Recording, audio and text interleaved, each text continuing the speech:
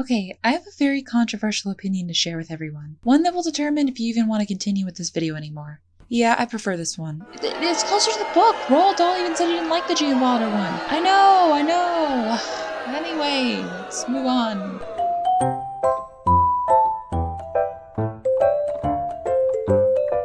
Hey, what's going on, guys? It's your BFF Snowy Area 663 here right now. And I got to see Wonka this weekend while smuggling in hordes of candy from the Dollar Tree down the road. As I said in the opening, I prefer the Johnny Depp version of the story compared to the Gene Wilder one, but not by a lot. Both are enjoyable yet flawed. And this film today is the prequel to the Gene Wilder version. So what did I think? Well, it was fine. Nothing to write home about. Perfectly adequate, passable, harmless. I'm not a fan of Timothée Chalamet, but I don't dislike him. I think it's more that I've literally never seen him in a movie before. He did fine. The singing wasn't flawless, but it wasn't poor. Oh yeah, this is a musical. It wasn't advertised that way for whatever reason. Anyway, this movie follows young Willy Wonka looking to get enough money to open the chocolate store of his dreams. Meanwhile, 3 greedy businessmen with a hold in the chocolate industry make it their mission to get rid of him. There's not much I can say about the businessman plot without spoiling the story, so I won't go into it. All I can say is that it was an interesting idea, but it really left me with more questions as to how the end result of that connected with the story and Willy Wonka and the Chocolate Factory. I'm not even kidding, it just doesn't make any sense. Wonka doesn't really feel like the main character in the story. Much of the focus is either put on the businessman or the female lead, a little girl named Noodle. Wonka feels like an eccentric side character that you wish had more screen time. Noodle was a fine character despite not appearing in the film this is supposed to be the prequel of. Her story is predictable, but it felt nice to see a child character pulled into the whimsy of what Wonka could do. The two of them work great together, leading to some of the more magical moments in the film.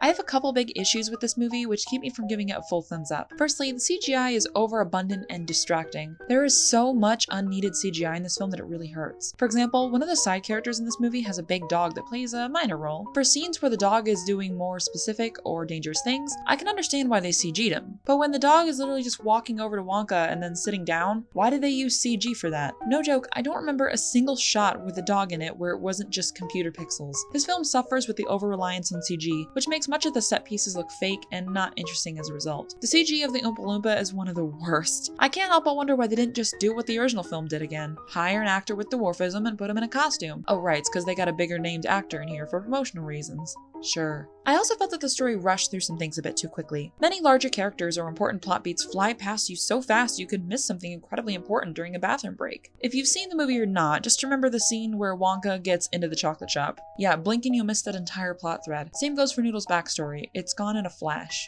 This film also has an over-reliance on nostalgia. I mean, I figured it would. It is a prequel to a very old classic film. I went to go see this movie with my mom, and right before we went in, I told her to listen for that musical score for that famous song from the original film. The Come With Me. Yeah, you know which one I'm talking about. Because I know a lot of these kind of films try to pull on that nostalgia by using the musical backing. Not even kidding, the first sound in the film is the musical score for that song. They played it 4 times throughout the entire movie. I counted. This movie wasn't all bad though. Much of the songs were catchy and whimsical. Like I said before, Noodle's also a great character to play off of Wonka. I like that this film wasn't 100% realistic, where they still added some fantastical elements that made things more outlandish. The comedy was sometimes hit or miss, but there's this one hilarious running gag with the police chief's appearance that made me laugh every time it happened. Overall, this movie is perfectly harmless. You aren't going to lose brain cells watching it, nor are you going to remember this one for years to come. I'm giving Wonka 5.5 Funtime Fox Feeds out of 10.